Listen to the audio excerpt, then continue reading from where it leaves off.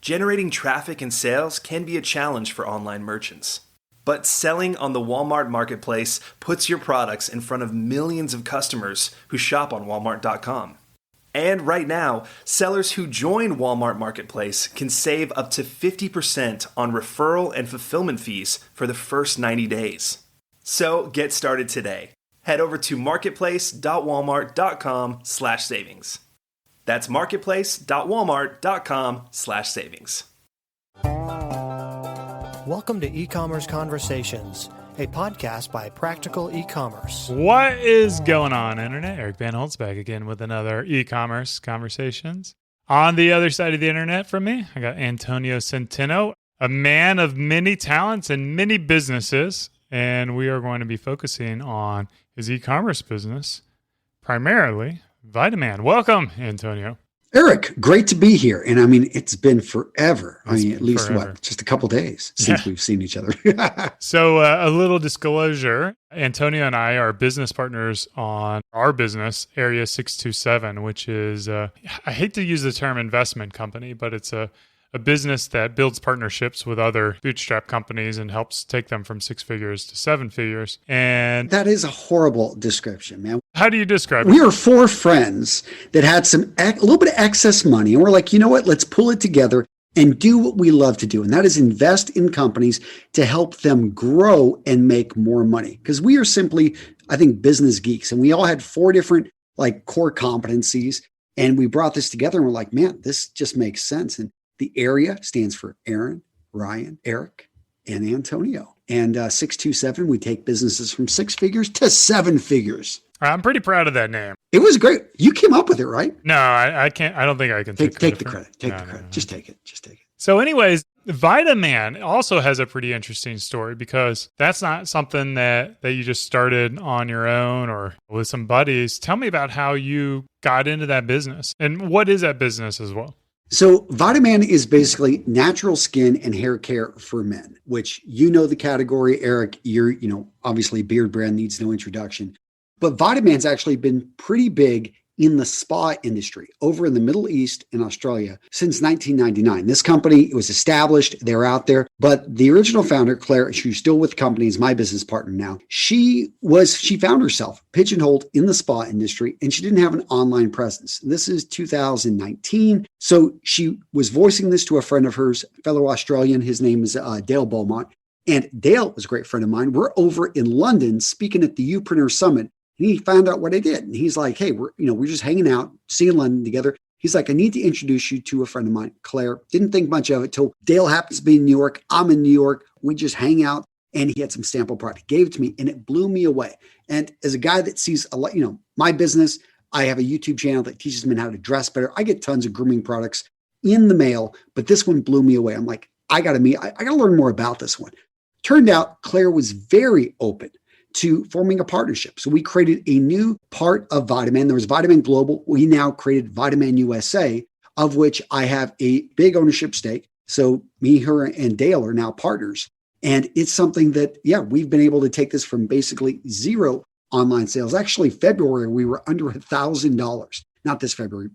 What's that? Like 15 months ago, 2020 February, less than $1,000 to, doing over, 40,000 this last month. And we're not crazy growth, but it's enough that, we're on a run rate now that, hey, we expect to hit well over $500,000 to $700,000 in sales this year. And that's something that we're proud of because I own multiple other companies. This was something I was doing on the side. Claire's got her Vitaman Global business, which is the distributor to all these spas. So this website is just something that we've, customer by customer, we've got, I think, was it over 3,800 customers, 850 as of this morning, I think. And it's just fun getting into this space and building deep relationship with all of our customers. Our products we're very proud of because they use, basically what sets them apart is we use plants and organic materials from the Australian outback to make our products. So everything is made in Australia, following strict European standards and using, everything's natural. Most everything is certified organic.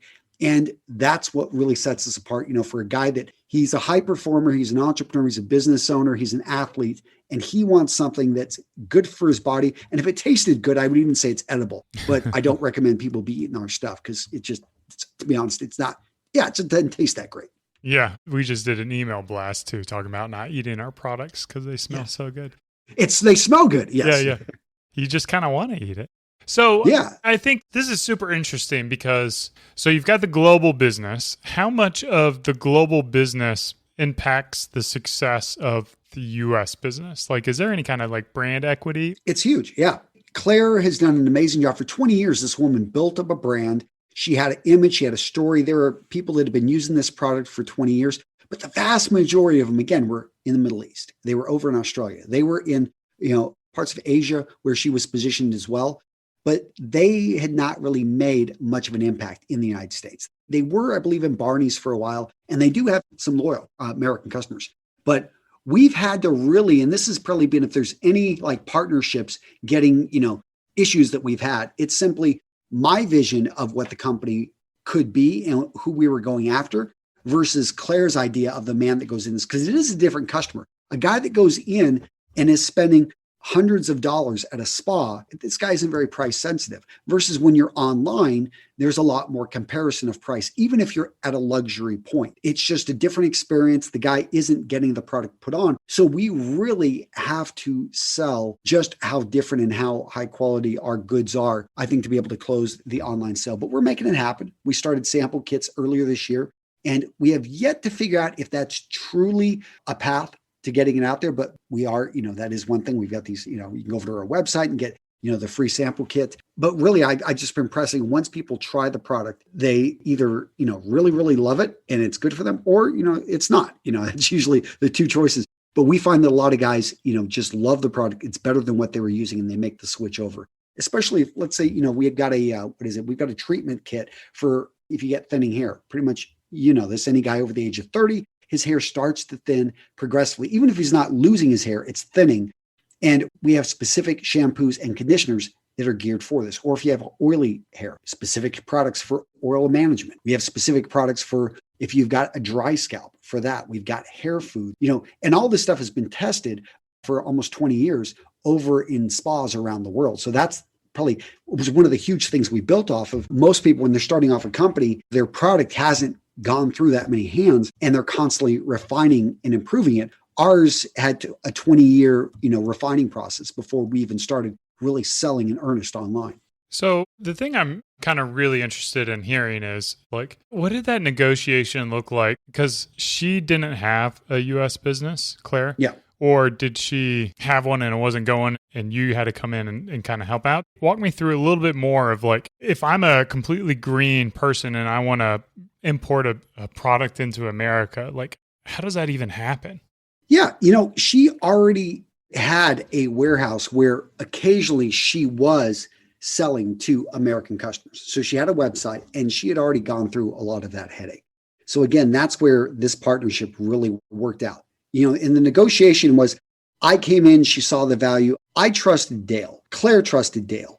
And that was the value that he brought to the table and why we brought him in as a partner. He's a silent partner, business coach, guy, runs one of the most successful online apps in the world when it comes to business. And, the guy just really is, he's a legend down in Australia. And it was something that, I got into this, same with like Area 627, because I saw this was a missing part of my business.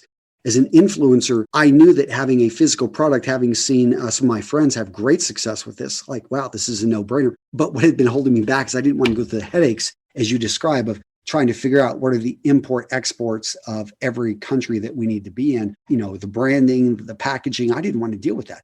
She already had all that done. So my thing, and where I bought into, or I earned my way into the business, is I had to turn down and stop working with a number of companies because I can no longer promote somebody else's skincare, somebody else's hair care, somebody else's shaving products. We all have that under Vitaman. But on the other hand, what I've built up here is it took, the first year, definitely, it was a little bit of a hit on that because those were some nice sponsors to have that I've now lost. But the benefit now far outweighs that. Yeah. And for those who don't know, As I said, Antonio is a man of many businesses. Probably the one that put him on the map is Real Men, Real Style, where he's built an audience, a blog of hundreds of thousands, if not millions of readers, as well as a YouTube channel with 1 million plus. What, you're over 2 million now, right? Yeah, we're like 2.6 or something, 2.7. Okay. And we've got a Russian channel with 500,000 subs. Spanish channels picking up now, only 25,000. But so when you go from zero or essentially $1,000 a month to $40,000 a month, is that just exclusively through promoting on your YouTube channel, or have you guys grown through any other efforts? Initially, it was promoting just with our YouTube channel and getting that up there. And, I hate to say this, but I wish I would have done this a lot sooner, because I think our YouTube channels, they go up and down. A lot of times people focus on your sub numbers, but really channels have a life. And you know this, Eric, better than anyone. It's just simply sometimes it's killing it, sometimes it's not. And I felt the last 2 years, I felt the wins in general for organic, getting people to go off of the YouTube platform used to be a lot easier. It's now become a lot harder. So wish I would have started earlier, but hey, you can't do anything about that. We put it out there, and yes, we were able to grow our first, went from 1,000 to 3,000 to 7,000, and just kept getting those numbers up higher, using and getting people to go from our channel over, not knowing. And this is one of the great things I think about owning your own company, is that you get to test, you get to truly see the value of the click, of the link that of your advertisement, because you are the advertiser and you are the recipient of that advertisement. So you're on both sides, and you know how efficient and effective your ads are, and what the maybe the true market value of them are. So we've done, probably over the last 14, 16 months, like I've probably 40 times in, 40 different videos mentioned Vitaman. Sometimes it's a very light mention. It's just simply the products being held up. And I say, this is, hey, from Vitaman, link will be in the description. Other times it's a straight up 2-minute commercial that's within the video itself. So, it feels like a solid paid spot. So what other channels have you guys done to grow the business? Beginning of this year, we started pushing harder on Google, just paid ads on Google. And that's been doing well for us. We haven't been able to ramp it up, spend as much as we would like, but right now we're getting about a 4-to-1 return. So we're very happy with that. We have yet to crack the Facebook nut.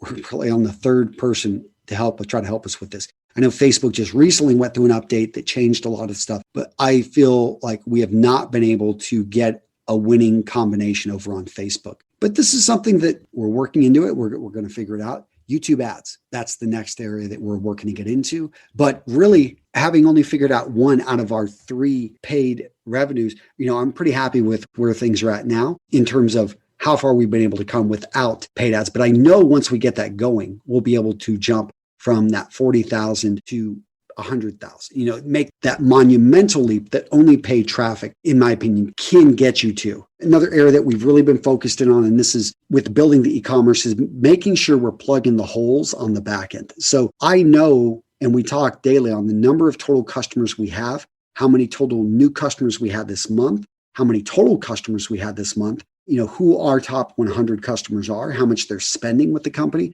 how to treat those guys different. One thing that we did early on is we called every single buyer and thanked them personally, and tried to be able to, and I did this with the people that initially built up the company. One thing, I think I mentioned this earlier, I'm really proud of the fact that I don't spend probably more than 4 to 5 hours a week looking at this business or involved in, and that includes meetings. But I've got 2 people on my team who, one initially that it was the best guy over at Real Men, Real Style, that was my second in command. And I'm like, you take this business and you have 100% responsibility, own it. And for the first 8 months, 10 months, it was just him and me and Claire. And he was, just really kicking butt in this thing and making things happen. And we learned a lot. He learned a lot. We've now brought on another person that, in a sense, is allowing him to, he's training up to have some redundancy. And we're trying to identify a few other people. We've still got some areas where we need help. I think we need a brand, I wouldn't even call him a brand manager, but maybe a brand manager that gets their hands dirty and isn't afraid to fight for the image. And if we've made any mistakes, we've been maybe too aggressive in our emails, too aggressive in some of the ads we put out, which Claire, again, she's got a 20-year history with this business. I had a 1-year history with it. And so she would see some of the ads, and I'm a little bit more old school marketing. And I'm like, hey, I'm just trying to create sales. But she's like, no, you can't do that, because she feels the font's off or that the messaging isn't right. And I get, where she's coming from, because this has been her baby for 20 years. She knows the power of a good looking brand in that story. And that's an area that, definitely we need someone to protect that. So your website's vitaman.com. Is that a domain she's owned for a long period of time, or did you have to acquire it? No, it was actually owned by somebody else. She had Vitaman Global for the longest time.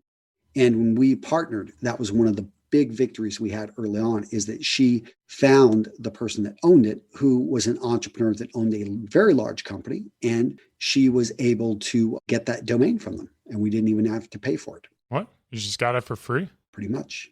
What is this voodoo that you do? Treating people very nicely, building a connection, and pointing out that you're a small business and realizing that it's owned by a large business that doesn't even need it and is in the vitamin space. Yeah. So do you find any struggles with that, like the confusion between this being a vitamin, sounding like vitamin, like a supplement? I don't hear it anymore. It's like one of those things, it would be worth us revisiting, but because when you look at your logo, it almost looks like Vita Man, because you highlight the VITA in black and then man in gray. So, or Vita Man, and it may be something that, hey, maybe that's a sign that I need to get into vitamins. Is that in the works then? No, it's not. But now that you're saying it, I'm like thinking, yeah, why not? Yeah. Vitamin for my Vitaman. No, wait. Vitaman for vitamin. No. So what's the long-term goal with this? Like, what do you see this becoming? You're already kind of like at a high level with the business. You're building infrastructure to be able to have it grow without too much investment. Where do you think this can go? I assume it's not currently bigger than the global business. Is that correct? Or that's correct. Yeah, it's not bigger than the global business yet. My goal would be able to grow this and either to turn it into a cash cow or turn it into a sale. Like, again, the thing I'm proud about is that this is not consuming my life. I already have a YouTube channel. I've got a media company. I had a conference, which you had attended. That's how, one of the ways we got to know each other a lot better. And I shut down. I've got other aspirations for things I want to get going. I have a fragrance brand we're going to be launching. So I didn't want this to consume a crazy amount of my time. At the same time, I felt that this was just a natural extension. So for me, if this is able to send me a nice dividend check or pay me as an owner, every single year, and all I have to do is sit back and be a passive owner, I have no problem with that. Or if we're able to sell it for millions of dollars, I have no problem with that either. When do you think the business would be at the point that it can kind of no longer have to reinvest everything? I assume you guys are bootstrapping it. There's no outside funding. It's profitable. But I mean, clearly I don't know your P&Ls or anything like that. But where do you see that happening? Or do you have any rough estimate for that time frame? And this is a little bit more, ambiguous. I wish I had I probably should have a number. But for me, where I put that is where I'm not needed and I am not able to go in and ask the people questions. So for me, that's a development of making sure we've got a team in place that really builds the value of this business. And it's right now we've got 2 people that are in this business. We've got 3 other people that are part-time. And to me, once we've got this, I think this core of like 5 people, maybe 7 people that really are the Vitaman team. They're all full-time. And that's what, anyone that would acquire a business, what they would want to acquire is the human capital. And, so I want to develop that. Once that is developed and I am maybe getting, update once a week, maybe eventually even once a month, at that point, it will have arrived. Yeah. One thing that you've always done well that I've not had any luck with or really had the gumption to try myself is to source talent globally. You're married to a Ukrainian, and I think you've got some talent. I source, yeah. There's a perfect example. I was like, I'm going to source a wife globally. And, even our children, we've adopted from 9 countries. No, just kidding. We haven't. But, my wife and I were considering adoption. So we've only got 4. So, it's like, man, got to keep going. Our neighbors have 6. So how do you go about finding good talent globally? Like what does that process look like? Initially, I hired some Filipino VAs, but then I discovered, these people had a lot of talent and they could be a lot more. And so I've got 5 Filipinos that work for me, and they started off initially sometimes in very general, like a VA position, and then they specialized. Other people, like I hired an artist, and then we've spent 2 years really working very closely with them to train him into YouTube thumbnails. And I consider one of the best YouTube thumbnail artists. That's what he does. He's written an ebook on it, which I had him write to give him confidence and to show what he's capable of. Yeah. So that, I think pressing people to be, a lot of people, they get a job description. We don't have any job descriptions. We have things you're responsible for. And then I'm constantly, you should be spending time listening to books, taking courses, making sure that, you're capable of doing more than what your job description is. So I use like a virtual staff finder. Initially, they've changed a lot, so I don't know if I would recommend them anymore, but there's a Filipino online classified ads site that we use as well to find people. Ukrainians. It was simply, I have 2 Ukrainians that work for me. So my wife's Ukrainian, but I'd met Yuri years ago. We just stayed in touch and he grew with the business. He's my tech manager. Tina was a family friend of Yuri. So we have nothing wrong. We reach out to our team and, hey, we have an open position. We've hired, I know my assistant, Jamie, we'd hired her sister once as a writer and she worked for us for a writer for 6 months. I reach out to my email list as well. We've got a sizable email list and I let them know, hey, we're looking for this particular person. And a lot of people either apply themselves or they recommend somebody. My Facebook group, we let people know in the Facebook group we're hiring. I had Gavin, one of my guys that built Vitaman for me. He was recruited out of our Facebook group and he just simply loved suits and didn't even realize we had a YouTube channel. He just simply liked our Facebook group. So yeah, I also, when I find someone that's persistent and they maybe have something that's holding them back, like we've got a gentleman, he's Croatian and English was his 3rd language. He's just not as fluent in it as we would like. But initially we had hired him as a writer and it's just like, it just was a bit off. But then I realized, well, wait a minute, Dom has all his management experience. He was running a menswear store over in Croatia. And we're like, well, hey, can you learn? So you understand style. Could you help manage Vitaman and some of the stuff? So now he's training under Gavin and he's working there. So I think realizing that people can in many ways learn things in a relatively short amount of time, 6 months, and being patient. Like some people may view, they want to hire someone who can immediately fit in. And those people are great, but oftentimes those people are very expensive. And those people come in with bad habits. Maybe they picked up elsewhere. I look for people that have maybe a high level of intelligence that we can train up. And it doesn't always work. And it does require patience. But when it does work out, I think you develop a team of very loyal people that also can keep your payroll in check. Yeah. One thing that you kind of mentioned really briefly in passing was selling ebooks online. Talk about the difference between selling a digital product versus a physical product and kind of like your preferences and, the kind of like the red flags and stuff to look out for. Well, my first company was selling suits online. And this is back in 2008 when we started selling them. And I vowed I didn't want to get back into a business like that. That company went through a bankruptcy. It was called a tailored suit. It was just a bad experience because I remember shipping suits to Russia and them getting lost. And these were custom bespoke suits. And these are irreplaceable items that we just would lose track. And I hated dealing with shipping and it was so expensive. So I loved e-products because even if the sale wasn't nearly as large as a custom suit, I kept 99% of it. There were a few fees here or there. It was never an issue if you're in Russia.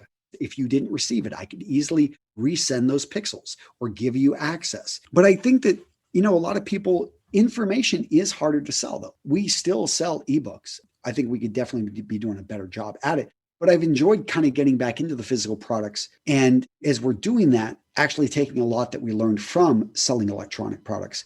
But the hard part, and we're still dealing with it, or shipping costs continue to go up, product costs continue to go up. And the customer continues to want to keep the price at a certain level. They don't want to be surprised. So, yeah. So if gun to your head, you had to choose one. Well, right now, the decision's easy because of the physical products are simply, are doing better on a higher growth rate than my e-products have been. That being said, if I had to start over, I would get into e-products because I could sell an e-product tomorrow, even if that's just simply live coaching or consulting.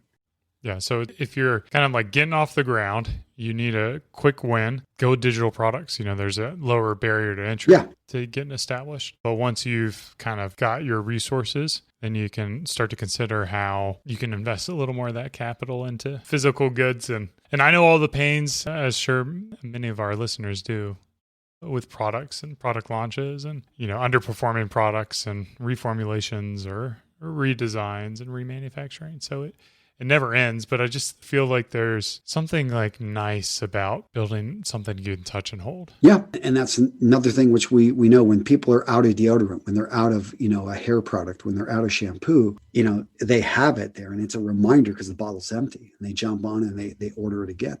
The last thing I want to talk about is you've got Area 627, you've got Vitaman, you've got Menfluential, you've got Real Men, Real Style. What else am I missing? 4 different businesses? Yeah, we've got Mission Fragrances that we're working to launch up. Yeah, they're all the side businesses that didn't work out, ones that we've experimented with. And I experiment, like I'm launching a suede jacket this month. We're just putting it out there, seeing if people will buy these high-end suede jackets that I think are beautiful, but, relatively, they're definitely a higher price point, but hey. What I want to know is, what does your day look like in terms of committing to these different businesses and making sure they all get the love that they need? I know you talked about only putting 4 or 5 hours into Vitaman. Do you have a structured time commitment to each of these businesses? Yeah, so I usually start my work week on Sunday. I do like to spend a few hours on Sunday filming a video and being able to plan out my week.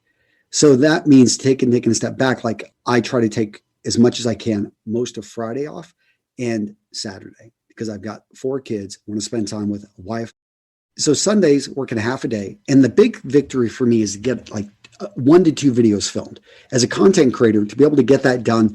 And my videographers, most people on my team are on time zones well ahead of me. The Philippines, like when I'm going to bed or, evening on Sunday, it is already their morning and they're checking emails. They're downloading videos that I've uploaded to work on.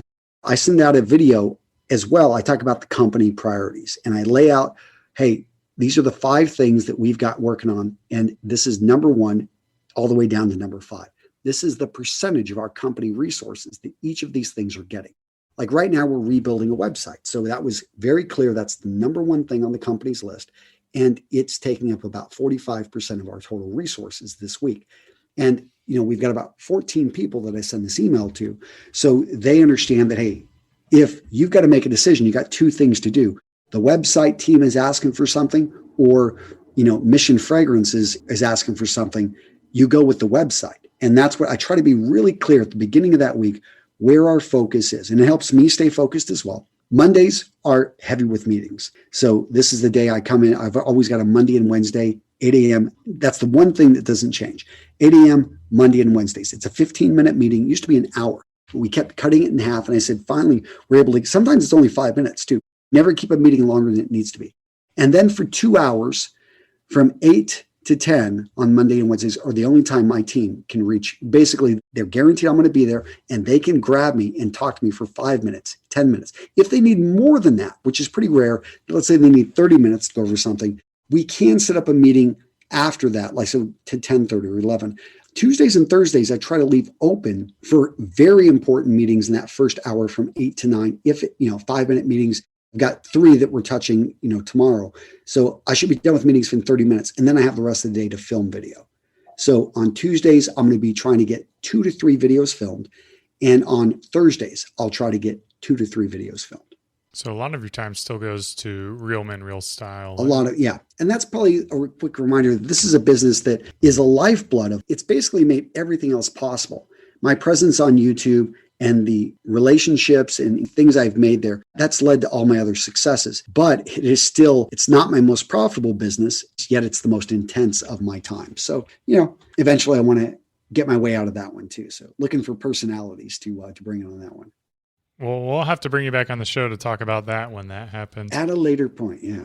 Where can people visit you, learn more about your businesses, follow you? Go to, the Google and just type in Antonio Centeno. And you'll either find my websites, Real Men, Real Style, and check out my awesome contact form, or you can go to antoniocenteno.com and I lay out all my businesses there and, just have a contact form there too. So. And Centeno is Centeno. That's correct, man. I mean, you're in Texas, so there used to be a chain of Centeno stores down in San Antonio. Yeah, so Texans, his name already. And of course, I will plug Area 627. Check that out if you've got a small business that you want to keep, quote unquote, bootstrapped and sustainable. We'd love to learn about that and see if we might be able to help you take it from 6 figures to 7 figures. Antonio, thanks for finally being on the show, man. Thanks for finally having me, Eric. Yeah, the pleasure's all mine. All right, guys, this has been another e-commerce Conversations. Hope you guys were able to pick up a nugget or two. I certainly have. Thanks for listening. Cheers. And keep on growing.